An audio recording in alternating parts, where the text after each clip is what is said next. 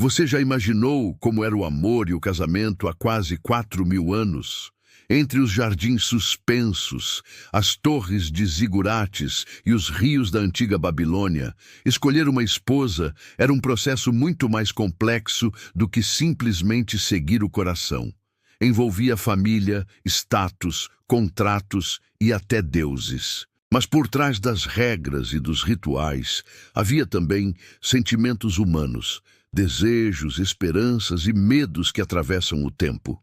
Hoje, vamos mergulhar na vida de um homem babilônio e descobrir como ele escolhia sua companheira. Prepare-se para uma viagem às margens do Eufrates, onde o amor e o dever caminhavam lado a lado.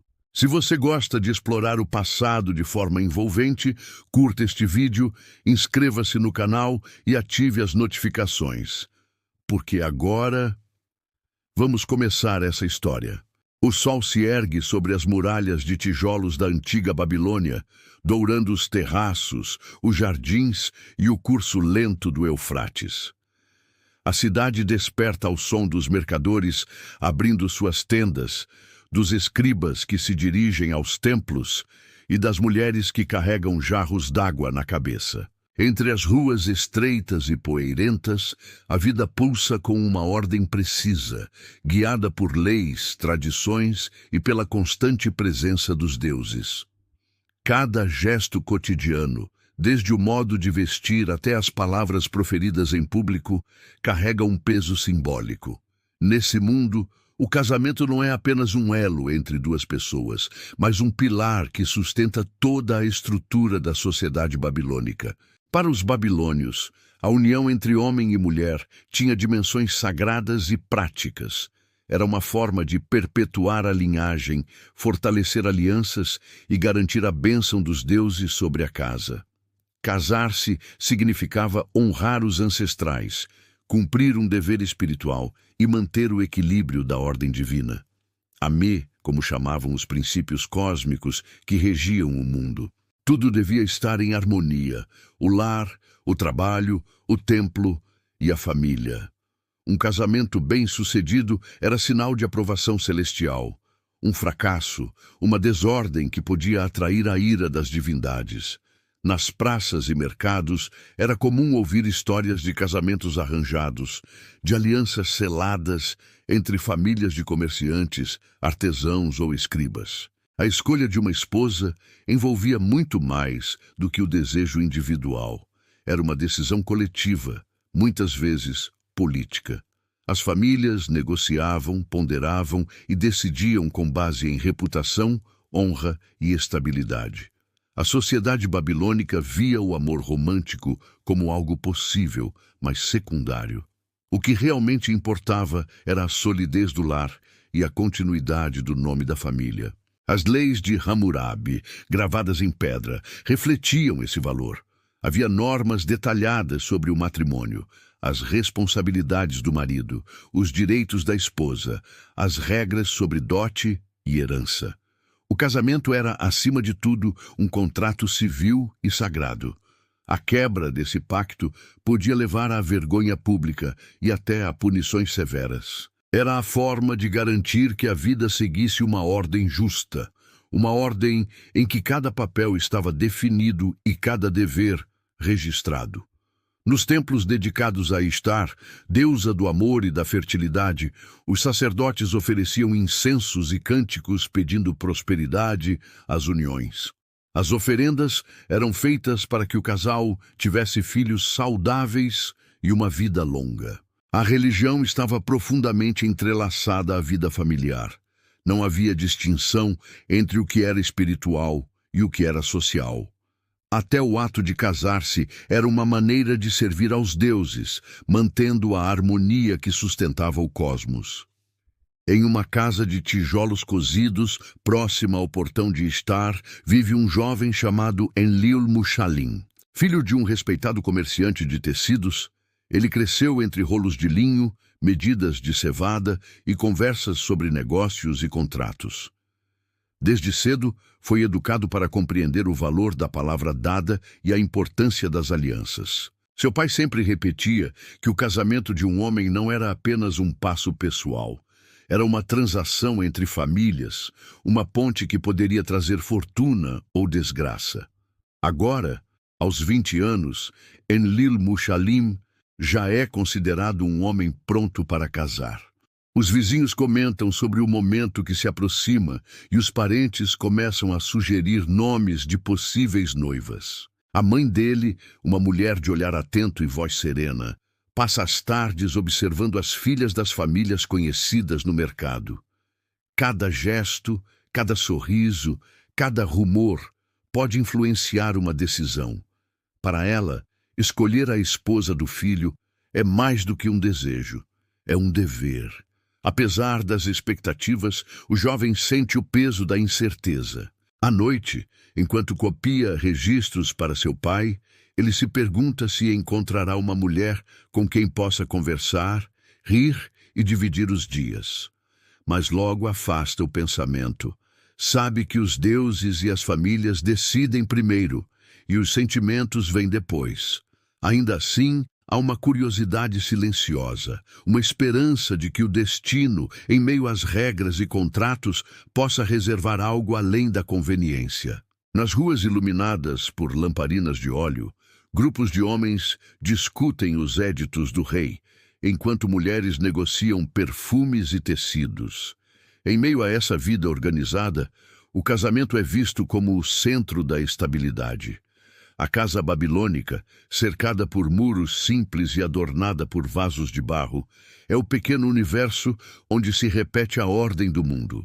O marido representa a força e a palavra, a esposa, o lar e a continuidade da vida. Juntos, simbolizam o equilíbrio entre o humano e o divino. Enquanto o sol se põe sobre a cidade, o jovem Enlil Mushalim observa o horizonte avermelhado e pensa no futuro. Em breve, sua vida mudará. Ele deixará de ser apenas um filho para se tornar um marido, um homem responsável por construir seu próprio lar. O destino começa a traçar seus caminhos silenciosamente. Caminhos feitos de promessas, contratos e talvez de um amor que ainda não conhece.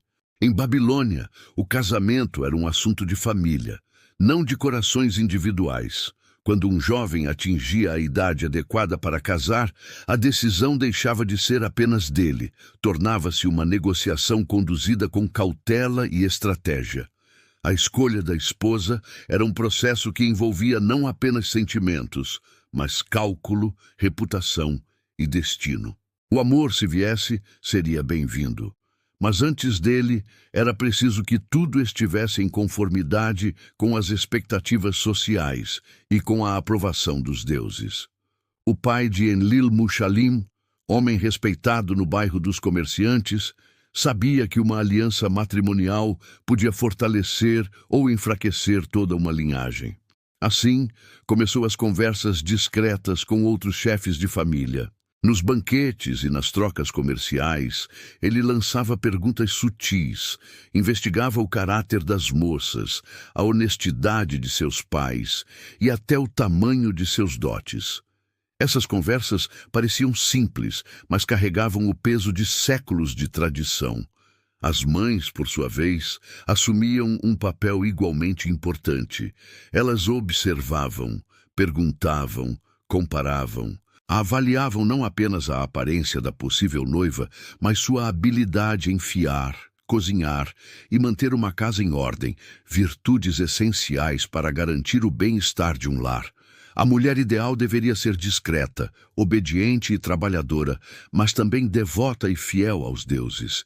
Um olhar altivo demais ou um riso fora de hora podiam levantar suspeitas sobre o temperamento da moça. O critério da reputação era sagrado.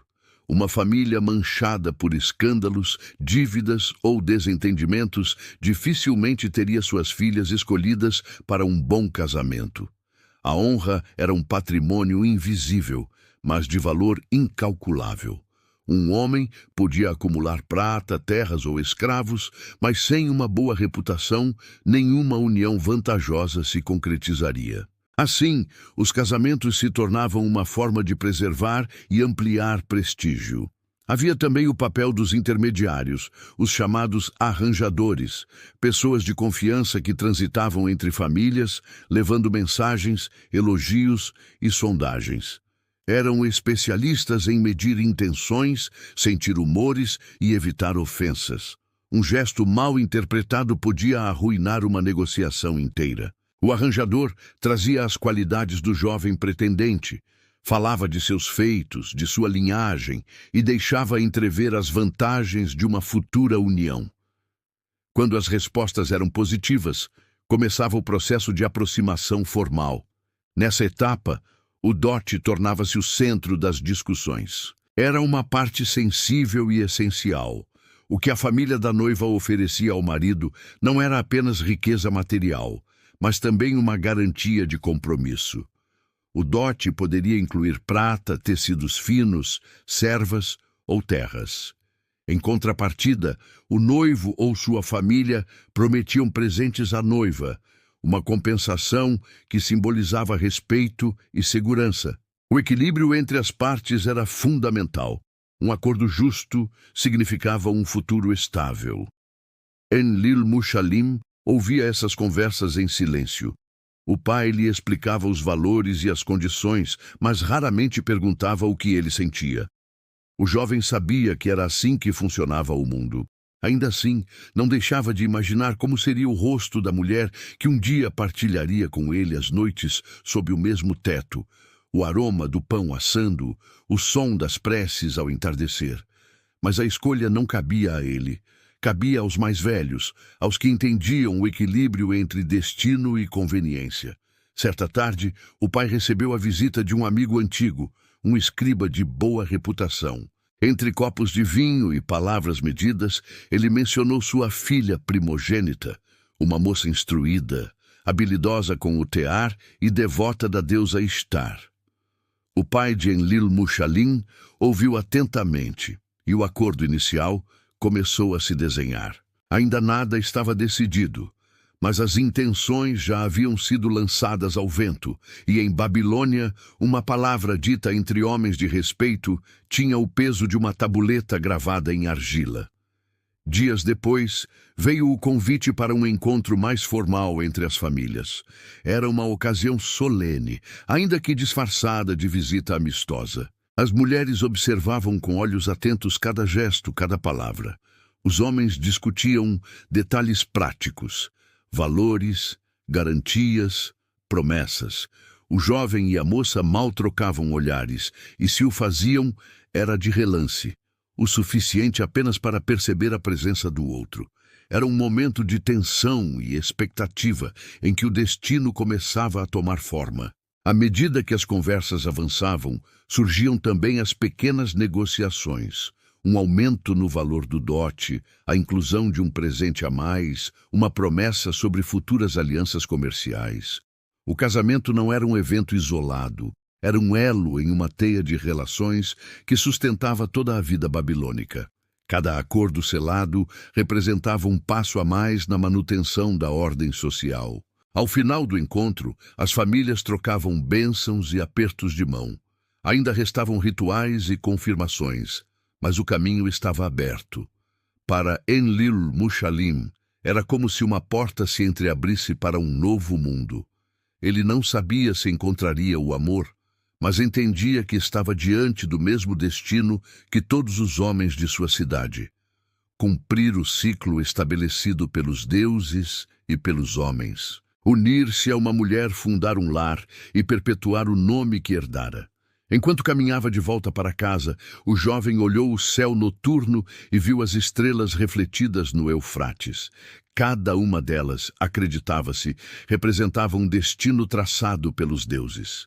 Talvez, em alguma delas, estivesse escrita a história de seu futuro casamento. Uma história moldada por acordos humanos, mas guiada pelas mãos do divino.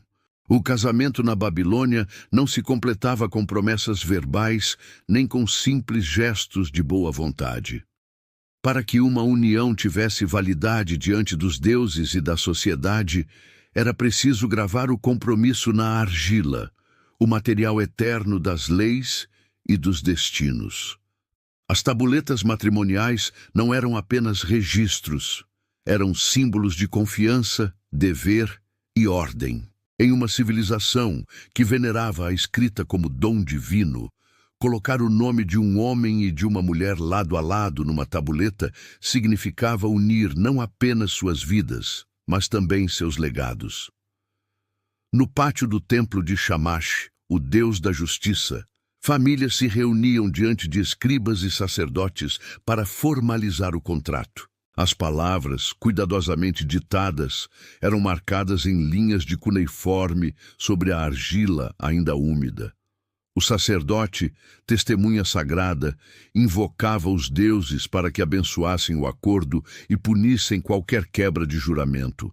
Em torno deles, os parentes observavam em silêncio, conscientes de que aquele momento definia o futuro de duas casas. O dote, chamado Sheriktum, era o centro dessa documentação. Ele representava a contribuição da família da noiva para o novo lar. Não era uma compra da mulher, como muitos imaginam hoje, mas uma garantia de segurança, um símbolo de respeito e compromisso mútuo.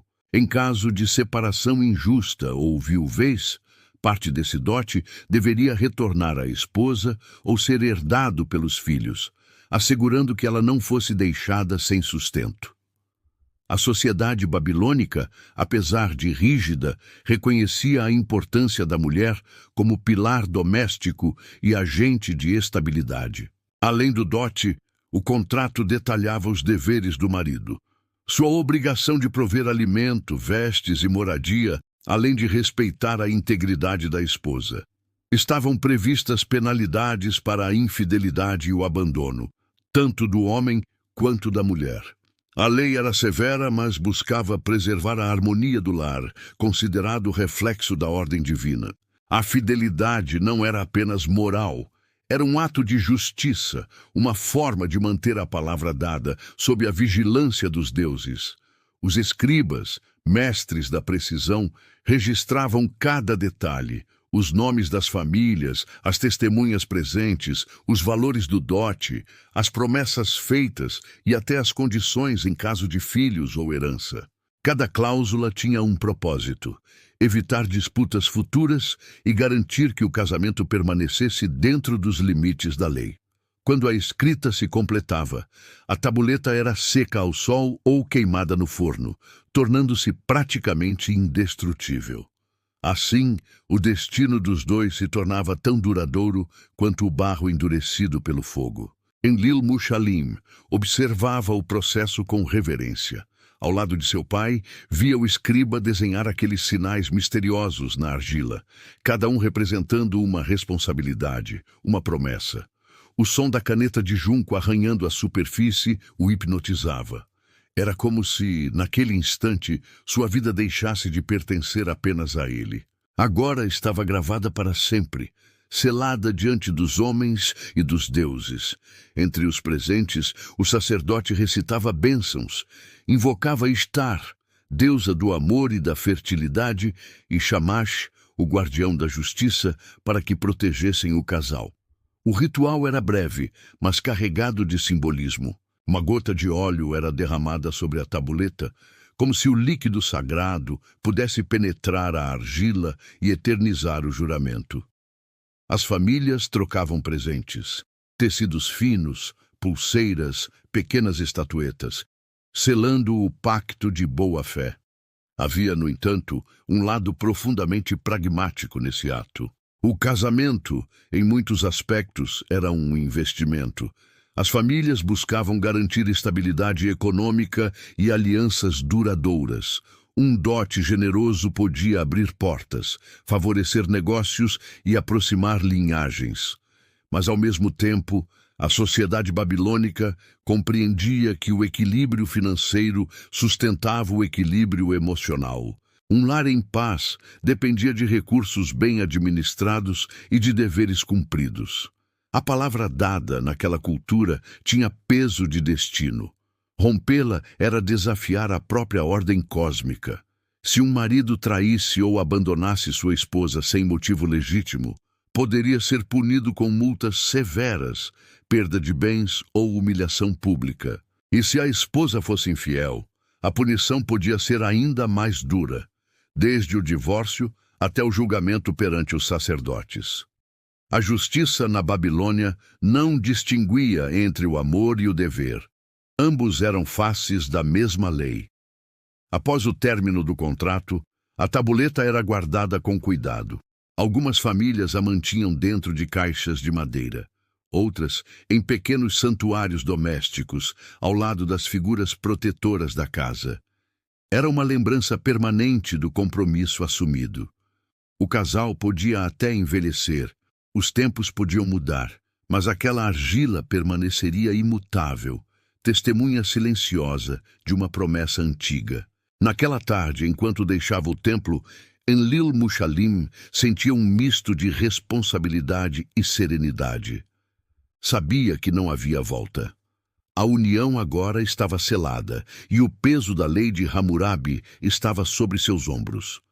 Mas, ao mesmo tempo, havia um certo conforto em saber que tudo fora feito com justiça, com respeito e sob o olhar dos deuses. Ele compreendia, enfim, que o casamento, na Babilônia, não era apenas uma questão de amor ou conveniência.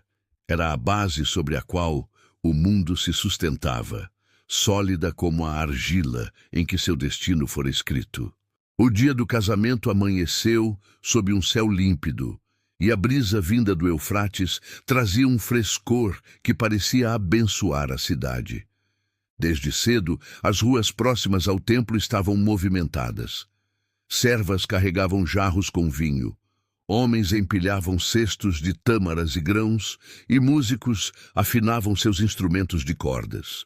A cerimônia de Enlil Mushalim e da jovem escolhida Ninshara seria um evento modesto, mas digno, um reflexo da posição respeitada de ambas as famílias. No coração da cidade, o templo de Ishtar, a deusa do amor e da fertilidade, reluzia sob o sol. Suas paredes de tijolos vidrados refletiam tons azulados, e no pátio interno, sacerdotisas preparavam as oferendas, flores, pães, perfumes e pequenas estatuetas de argila representando o casal. Cada elemento tinha um significado. As flores evocavam a beleza e a renovação. O pão simbolizava a fartura, e as figuras de argila lembravam que o homem e a mulher eram moldados pelos deuses e pelo destino. Antes do início da cerimônia, a noiva passava por rituais de purificação. Em uma pequena câmara do templo, ela se banhava com água misturada a óleos aromáticos e, em silêncio, pedia a Ishtar que abençoasse sua nova vida. As sacerdotisas entoavam cânticos suaves, invocando fertilidade e harmonia. O perfume do incenso se misturava ao cheiro da argila úmida e ao som distante das flautas. Ninshara, vestida com uma túnica clara e adornada com um véu fino, tremia levemente, não de medo, mas de expectativa. Do lado de fora, Enlil Mushalim aguardava. Usava uma túnica nova, um colar de contas e o selo de sua família pendurado no pescoço. O selo, feito de pedra gravada com seu nome e símbolo ancestral, seria usado para marcar a tabuleta final do matrimônio, o sinal definitivo de que a união estava consumada. Ele tentava esconder o nervosismo, conversando com os parentes e amigos, mas suas mãos denunciavam a tensão. Aquele não era apenas o início de uma nova vida, era a concretização de tudo o que sua educação e sua cultura esperavam dele. Quando a noiva surgiu, conduzida por sua mãe e por duas mulheres mais velhas, o murmúrio cessou. O véu cobria parcialmente seu rosto, um gesto de modéstia e respeito. A entrega do véu era simbólica, representava a passagem da mulher da casa paterna para a casa do marido. Ao erguer aquele tecido, o noivo não apenas via o rosto de sua companheira pela primeira vez, de forma plena, ele aceitava também a responsabilidade por sua vida, seu sustento e sua honra. O sacerdote, vestido com um manto branco e uma faixa azul, ergueu as mãos e invocou os deuses. Shamash, para abençoar a justiça e a lealdade, Ishtar, para conceder amor e fertilidade, e Ea, o Senhor da sabedoria, para guiar o casal em sabedoria e harmonia. A voz do sacerdote ecoava pelas colunas do templo, e o ar parecia vibrar com solenidade. Em seguida, Enlil-Mushalim e Ninshara foram conduzidos até o altar, onde as oferendas repousavam sobre uma mesa de pedra. O sacerdote derramou óleo e vinho sobre as figuras de argila e proferiu as palavras que selavam espiritualmente a união. Depois do rito sagrado, o casal trocou presentes simbólicos. Ele ofereceu à esposa um anel de bronze e um tecido fino, sinal de que ela agora seria vestida e protegida sob seu nome. Ela, por sua vez, entregou-lhe uma pequena faixa bordada, que deveria ser usada em rituais domésticos como lembrança de sua presença no lar. Esses gestos, embora simples, carregavam significados profundos. Eram promessas silenciosas de cuidado mútuo. Com o término da cerimônia religiosa, começou a celebração. No pátio do templo, mesas foram dispostas com pães, frutas, cerveja de cevada e carnes assadas. O banquete era tanto um ato social quanto espiritual. Acreditava-se que partilhar o alimento diante dos deuses selava a união não apenas entre duas pessoas, mas entre as famílias e suas linhagens. As músicas começaram e os convidados brindavam, enquanto o casal, ainda um pouco tímido, recebia bênçãos e saudações. Em meio à alegria, havia uma atmosfera de reverência. Todos sabiam que aquele era um momento sagrado. O casamento não era apenas o início de uma convivência, era um elo que sustentaria o equilíbrio do lar e, por extensão, o equilíbrio do mundo. Para os babilônios, cada lar era uma pequena réplica do cosmos. Se houvesse harmonia dentro dele, os deuses também se alegrariam nos céus. Mais tarde, ao cair da noite, o sacerdote conduziu o casal até a tabuleta final, que trazia a inscrição do contrato e o selo das duas famílias. Enlil-Mushalim pressionou seu cilindro de pedra contra a argila ainda úmida, gravando seu símbolo pessoal, o sinal de que aceitava o compromisso diante dos deuses e dos homens. Ninshara fez o mesmo, sob orientação das sacerdotisas. O som seco do selo sobre a argila marcou o fim do ritual e o início de uma nova vida. Quando a lua surgiu sobre Babilônia, o casal caminhou em silêncio pelas ruas estreitas, acompanhados por tochas e risadas suaves. Enlil-Mushalim, ainda atordoado pela solenidade do dia, olhou para a esposa ao seu lado. Ela manteve os olhos baixos, mas um leve sorriso surgia sob o véu. Por um instante, entre as formalidades e os ritos, havia apenas dois jovens, um homem e uma mulher tentando compreender o que significava, de fato, começar uma vida juntos. Naquela noite, enquanto os sons do banquete se dissipavam e as luzes do templo se apagavam, os deuses da Babilônia observavam em silêncio. O destino de Enlil-Mushalim e Ninshara estava traçado. Selado em argila, consagrado por fogo e agora vivo nos corações que, mesmo tímidos, começavam a se reconhecer. Os dias que se seguiram ao casamento de Enlil-Mushalim e Ninshara foram marcados por um silêncio novo. Não o silêncio vazio, mas aquele cheio de descobertas. A casa que antes pertencia apenas a ele, agora tinha outro ritmo, outra presença. O som das sandálias leves da esposa ecoava pelos corredores, misturando-se ao ruído das jarras sendo abertas e ao aroma do pão assando pela manhã. O lar, enfim, havia ganhado alma. Na Babilônia, o casamento não encerrava um ciclo. Era o início de uma nova fase, onde cada papel estava cuidadosamente definido. Enlil-Mushalim assumiu a função que aprendera desde a infância, a de provedor. Sua rotina recomeçou cedo, entre as negociações no mercado e os registros de contas nos rolos de argila. Ele se levantava antes do nascer do sol, passava no templo para uma breve prece e, em seguida, ia supervisionar as caravanas de tecidos que seguiam em direção ao porto. Era um homem aplicado, consciente de que o sustento do lar e a honra da família dependiam de sua diligência. Ninxarra, por sua vez, tornara-se a guardiã da casa. A mulher babilônia tinha um papel central dentro do lar, e com ele vinha grande responsabilidade. Ela cuidava da organização, das reservas de grãos e azeite, da confecção das roupas e das oferendas domésticas aos deuses. Cada manhã, antes de iniciar o trabalho, acendia uma pequena chama diante das figuras protetoras do lar, os espíritos Lamassu, pedindo paz, fertilidade e prosperidade. O lar era seu templo particular, e nela residia a ordem invisível que mantinha tudo funcionando.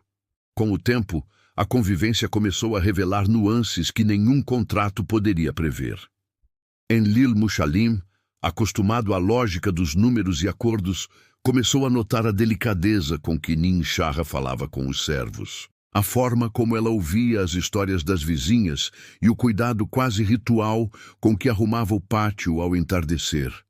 Havia nela uma serenidade que o acalmava e uma firmeza que o fazia respeitá-la cada vez mais.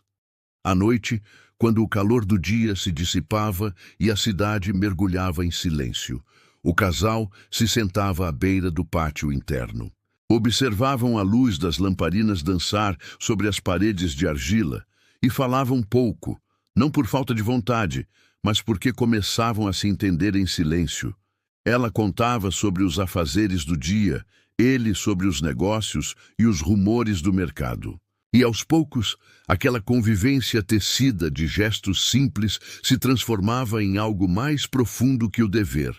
Nascia um sentimento tranquilo, feito de respeito, rotina e presença. Na cultura babilônica, o amor raramente era visto como paixão ardente. Ele crescia como uma planta paciente, regada por tempo e confiança. O casal aprendia a dividir responsabilidades, a suportar juntos os dias difíceis e a celebrar os bons. Ninxarra cuidava para que a casa permanecesse limpa e próspera, enquanto Enlil Mushalim trazia presentes, um tecido colorido, um bracelete simples ou uma fruta rara, pequenos gestos de afeto que rompiam a rigidez das tradições. As tarefas do dia se tornavam rituais sagrados. Quando ele voltava do trabalho, ela o recebia com água fresca e pão novo. Quando ele saía, deixava para ela uma prece escrita em uma tabuleta pequena, pedindo proteção dos deuses. A casa, feita de barro e madeira, parecia respirar junto com eles. Era um microcosmo da própria Babilônia, regido por deveres, mas sustentado por sentimentos que escapavam às leis. Com o passar dos meses, o casamento começou a se consolidar. Vieram os primeiros sinais de fertilidade. Os sacerdotes disseram que os deuses haviam abençoado o ventre de Ninxarra. A notícia se espalhou entre parentes e vizinhos, e o lar encheu-se de alegria e oferendas. A maternidade era vista como a maior bênção concedida a uma mulher, e garantir descendentes era perpetuar o nome e a linhagem. Enlil Mushalim, agora mais confiante, passava as noites escrevendo orações para Ishtar e Shamash, pedindo saúde à esposa e ao filho que viria. Mesmo assim, a vida conjugal não era isenta de desafios. Havia dias em que o trabalho no mercado rendia pouco, em que os preços subiam e as caravanas atrasavam. Outras vezes, Ninxarra se angustiava com o peso das tarefas e a expectativa constante de corresponder às virtudes esperadas de uma esposa. Mas era nesses momentos que a união deles se mostrava mais sólida. O respeito mútuo e a confiança construída nas pequenas coisas permitiam que superassem as dificuldades sem perder o vínculo.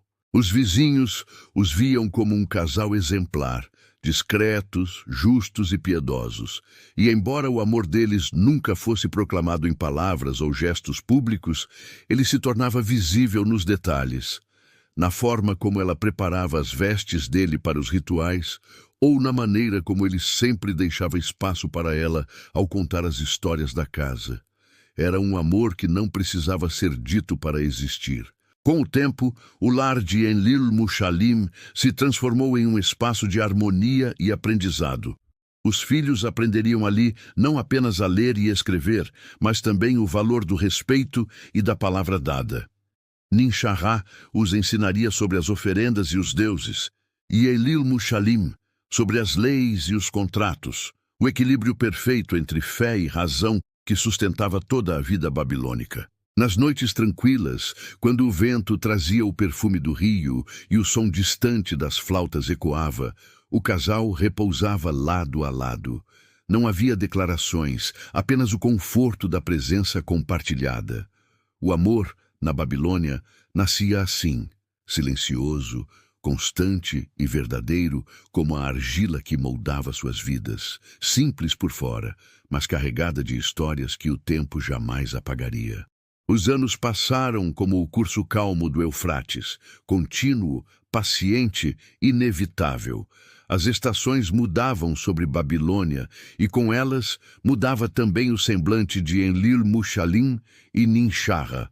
O vigor da juventude deu lugar a uma serenidade madura, e o lar que antes abrigava dois corações recém-unidos, agora se enchia de vozes, passos e risos de filhos e netos. A casa, feita de barro e madeira, parecia envelhecer junto com eles, respirando a memória de cada ciclo vivido.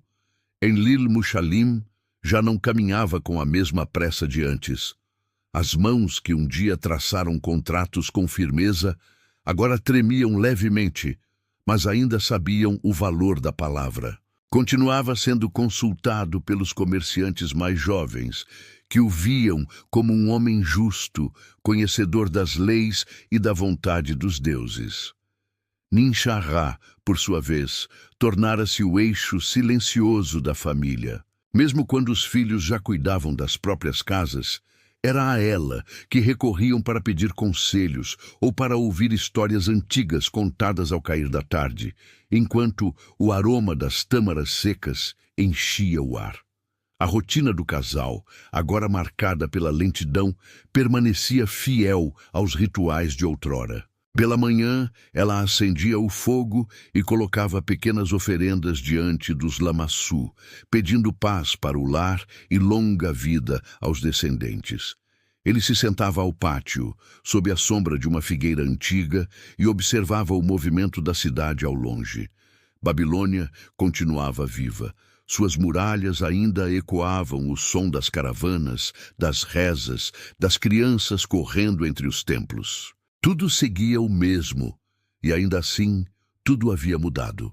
O amor entre eles, que começara tímido e contido, havia se transformado em algo sólido, profundo, invisível aos olhos dos que buscavam paixões passageiras. Já não havia necessidade de palavras ou gestos. Bastava o silêncio partilhado, a presença constante, o olhar cúmplice quando algum filho dizia algo que os fazia lembrar do passado. O afeto deles era como a própria argila das tabuletas que um dia selaram sua união. Firme, resistente, gravado para durar mais do que a carne e o tempo. Os filhos haviam seguido caminhos diferentes. Um tornara-se escriba no templo de Marduk, outro administrava as caravanas de tecidos do pai, e uma das filhas casara-se com um jovem agricultor das margens do rio. Cada um levava consigo um pedaço do que aprendera em casa. A disciplina, o respeito e a fé que sustentava o nome da família. Ninshara os observava com orgulho e com a serenidade de quem sabia que seu dever estava cumprido. Enlil Mushalim, por sua vez, sentia o peso doce da herança, não a dos bens, mas a da continuidade. Às vezes, ele voltava a ler a tabuleta de argila onde há tantos anos fora gravado o contrato do casamento. As palavras ainda legíveis pareciam ecoar em seu espírito, promessas de proteção, fidelidade e prosperidade. Era um lembrete de que o matrimônio na Babilônia não era apenas um acordo terreno, Era um pacto diante dos deuses. A argila selava o que o tempo podia desgastar, mas não apagar. E ele entendia, agora mais do que nunca, o verdadeiro sentido daquele compromisso. Os deuses, dizia-se, observavam os homens como quem lê um texto em constante reescrita. Enlil Mushalim gostava de pensar que sua história e a de Ninshara haviam sido escritas com traços firmes, sem excessos, mas com profundidade. O casamento deles não fora marcado por paixões desmedidas, e sim pela constância. Essa virtude que os sacerdotes diziam ser o reflexo da própria ordem divina. Nas noites mais silenciosas, quando o vento do deserto trazia o murmúrio distante dos templos, Ninshara gostava de recordar o dia do casamento. Lembrava-se do véu, das oferendas, das luzes, das lamparinas refletindo nos olhos jovens de Enlil Mushalim.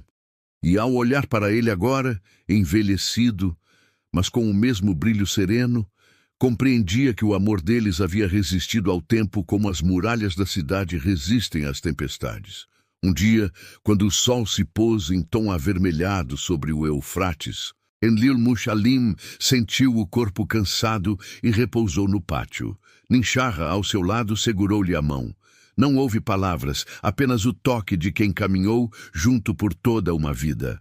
O vento soprou leve e parecia carregar consigo as vozes antigas da Babilônia, os cânticos dos templos, as bênçãos dos deuses, o murmúrio da eternidade. Os netos correram pelo pátio e Ninshara os observou sorrindo. Havia ali a prova viva de tudo o que construíram. A vida, como a argila, fora moldada com esforço e fé. E mesmo que o tempo apagasse rostos e nomes, as marcas deixadas permaneceriam, como inscrições gravadas para sempre nas tábuas da história. Porque casar-se na Babilônia era muito mais do que unir dois destinos. Era perpetuar a ordem divina, garantir que o fogo dos deuses continuasse aceso em cada lar e que os nomes inscritos em argila ecoassem pelos séculos. O amor, aquele amor silencioso, maduro e firme, era o cimento invisível que sustentava toda a civilização. E assim, enquanto a noite descia, sobre as muralhas douradas e o rio refletia as estrelas, a história de Enlil Mushalim e Ninshara tornava-se parte do próprio espírito da Babilônia. Uma lembrança viva de que o verdadeiro amor não se mede pelo ardor, mas pela duração. Não pelo brilho momentâneo, mas pela permanência. Como a argila que os uniu, ele permanecia sólido e eterno nas mãos do tempo.